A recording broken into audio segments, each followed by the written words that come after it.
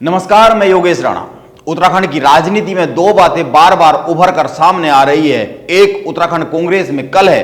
अभी उत्तराखंड में भारत जोड़ो यात्रा कांग्रेस ने शुरू की है। यह यात्रा उत्तराखंड कांग्रेस ने माना गांव से शुरू की है और इस यात्रा से हरीश रावत और प्रीतम सिंह दूरी बनाते हुए साफ साफ दिख रहे हैं। यानी जिस गुटबाजी के कारण उत्तराखंड में कांग्रेस को हार का सामना करना पड़ा, उत्तराखंड में कांग्रेस इससे कुछ भी सीखती हुई नहीं दिख रही है। और दूसरी बात, उत्तराखंड में भाजपा सरकार के मुखिया पुष्कर सिंह धामी हर दिन यह संदेश देने की कोशिश में लगे हुए साफ साफ दिखते हैं कि भ्रष्टाचार को किसी भी सूरत में बर्दाश्त नहीं किया जाएगा।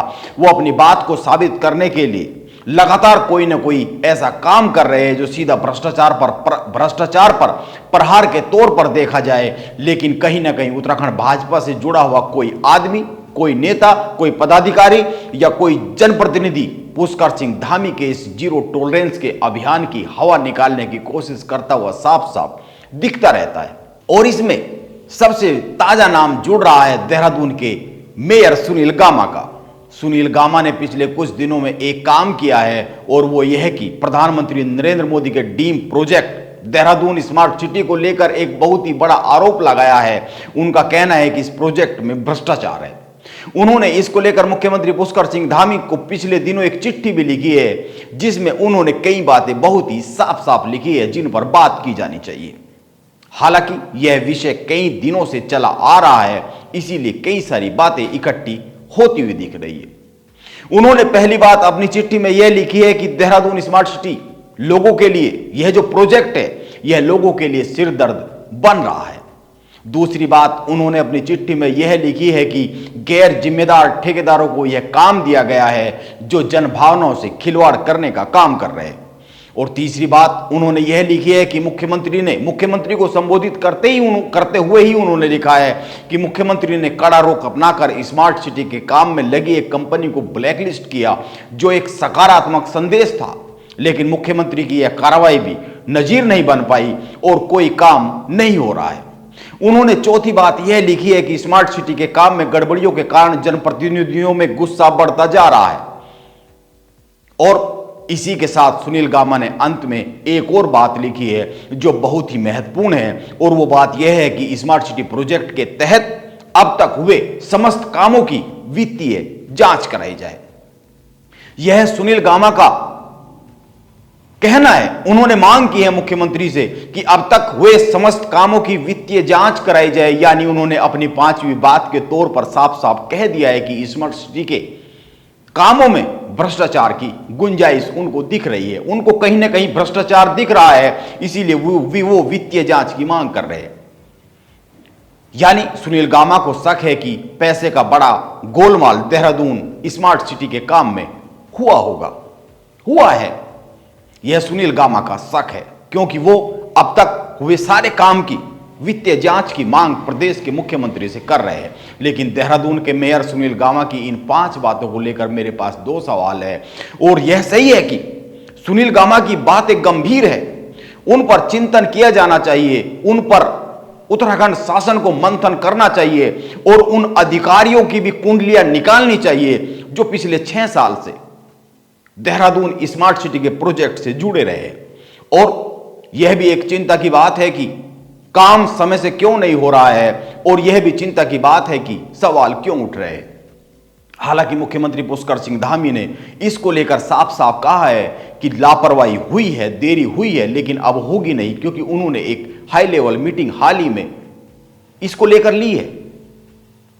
और पिछले 6 साल में देहरादून स्मार्ट सिटी का काम पूरा क्यों नहीं हुआ, यह एक बड़ा सवाल है।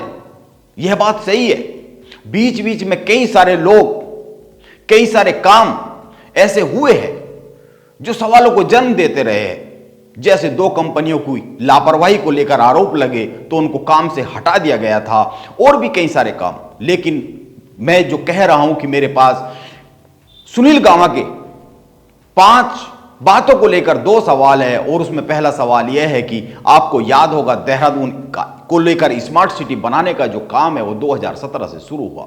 उस समय पर त्रिवेंद्र सिंह रावत उत्तराखंड के मुख्यमंत्री हुआ करते थे, और उत्तराखंड में भाजपा की राजनीति की थोड़ी सी समझ रखने वाले, थोड़ी सी भी और भाजपा की राजनीति में थोड़ी सी भी दिलचस्पी रखने वाले यह तो जानते ही है कि सुनील गामा और त्रिवेंद्र सिंह रावत के रिश्ते कैसे हैं आपस में।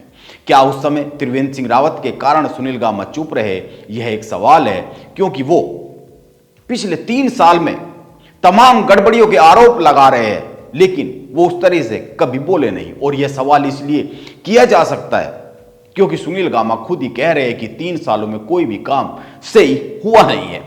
देहरादून स्मार्ट सिटी को लेकर जनप्रतिनिधियों में गुस्सा बढ़ रहा है, वित्तीय गड़बड़ियां हो सकती है, लेकिन वो पिछले 6 साल क्यों चुप रहे, यह एक पहला सवाल है। और खासकर पिछले 3 साल तो उन्होंने बहुत ही चिल्ला चिल्ला कर यह कहना चाहिए था कि स्मार्ट सिटी के काम को तेजी से बढ़ाना चाहिए। वो खुद ही स्मार्ट सिटी के काम का हिस्सा है, इसीलिए उन्होंने कितनी बार इस पर सवाल उठाए हैं और कितनी बार पिछले 3 सालों में इस पर बैठकों में और मुख्यमंत्री को पत्र लिखकर सवाल उठाए हैं, यह उनको बताना चाहिए क्योंकि उनके आरोप गंभीर है। और दूसरी बात, देहरादून के मेयर सुनील गामा ने मुख्यमंत्री पुष्कर सिंह धामी को लिखी चिट्ठी में स्मार्ट सिटी के भ्रष्टाचार, कंपनियों की अक्रमण्यता और उनको लेकर कड़ी कार्रवाई की मांग की है। यानी वो पुष्कर सिंह धामी सरकार के कामकाज पर सवालिया निशान साफ साफ लगाते हुए दिख रहे हैं। वो स्मार्ट सिटी के काम से जुड़ रहे अब तक के अफसरों के काम पर सवालिया निशान लगाते हुए साफ साफ दिख रहे हैं। आखिर अचानक से सुनील गामा मुख्यमंत्री को चिट्ठी क्यों लिख रहे हैं और पिछले 3 साल में क्यों नहीं लिखी है, जबकि स्मार्ट सिटी प्रोजेक्ट में सिटी लेवल एडवाइजरी कमेटी के अध्यक्ष खुद मेयर साहब है। इसीलिए सवाल तो यह भी बनता है कि वो सीधे सरकार पर सवाल उठा रहे हैं। क्यों उठा रहे हैं? जिस कमेटी के वो अध्यक्ष है, क्या उसमें उन्होंने इन सवालों और इन मुद्दों को उठाया है? और उठाया है तो कितनी बार उठाया है, इस बारे में उनको बताना चाहिए, जनता को बताना चाहिए। जिस तरह वो मुख्यमंत्री को चिट्ठी लिखते हैं और वो चिट्ठी मीडिया के पास आ जाती है, सोशल मीडिया पर आ जाती है, इसी तरह पिछले 3 साल में उन्होंने कितनी बार सवाल उठाए हैं और कितनी बार बैठकों में इन मुद्दों को उठाया है, यह भी सामने आना चाहिए। यह बातें ध्यान में रखी जानी चाहिए। यह एक सही बात है कि स्मार्ट सिटी के काम में लापरवाही होती हुई साफ साफ दिख रही है, क्योंकि मुख्यमंत्री पुष्कर सिंह धामी ने खुद मीडिया से कहा है कि स्मार्ट सिटी प्रोजेक्ट में जो काम समय पर होने चाहिए थे वो हुए नहीं। यह खुद मुख्यमंत्री कह रहे हैं, लेकिन पिछले 6 साल से अफसर और अन्य तंत्र क्यों सोता रहा, यह एक सवाल है। और किन किन अफसरों से लापरवाही हुई है और उन अफसरों पर क्या एक्शन हुए हैं, यह भी बहुत बड़ा सवाल है। इसके बाद भी यह सवाल तो बनता ही है कि आखिर गामा साहब 6 साल तक खामोश क्यों रहे? उन्होंने त्रिवेंद्र सिंह रावत के कार्यकाल में इस तरह की चिट्ठी क्यों नहीं लिखी? अगर उस समय इस तरह की चिट्ठी लिखते तो हो सकता था अब चिट्ठी लिखने की जरूरत ही ना आती। उन्होंने कम से कम पिछले 3 सालों में स्मार्ट सिटी से जुड़े मुद्दों को, सवालों को इस तरह से उठाने का काम क्यों नहीं किया? अगर वो पिछले 3 सालों से लगातार इन मामलों को उठाते रहते तो हो सकता है आज इस तरह के मामलों को उठाने की नौबत ही ना आती। यह एक सवाल तो है ही। अब करीब 1 साल बाद उत्तराखंड में निकाय चुनाव है और अब मेयर साहब सुनील गामा कांग्रेस के हाथ में एक बड़ा मुद्दा थमा दे रहे हैं। यह बात भाजपा के भीतर कई लोग कह रहे हैं। भाजपा के भीतर कई लोगों में यह सुगबुगाहट है। उनका कहना है कि गामा साहब लंबे समय तक बोले नहीं और अब निकाय चुनाव सर पर है तो वो क्या जानबूझकर यह एक मुद्दा बना रहे और कांग्रेस के हाथ में थमा दे रहे। देहरादून स्मार्ट सिटी परियोजना को जून 2023 तक पूर्ण करने का लक्ष्य रखा गया था। यानी कि यह जो देहरादून स्मार्ट सिटी को के काम को पूर्ण करने का समय है और निकाय चुनाव का समय है, वो करीब करीब पास ही है। लेकिन जिस तरह से उत्तराखंड में देहरादून स्मार्ट सिटी के काम को लेकर राजनीति शुरू हो गई है, इससे यह तो पता नहीं काम किस समय पूरा होगा या किस समय पूरा नहीं होगा, उसमें कितना समय लगेगा, यह तो आने वाला समय ही बताएगा। लेकिन इस पर राजनीतिक घमासान बढ़ता हुआ उत्तराखंड में साफ साफ दिख रहा है। अब देखना होगा यह घमासान कितना बढ़ता हुआ दिखता है। नमस्कार, आप बने रहे मेरे साथ।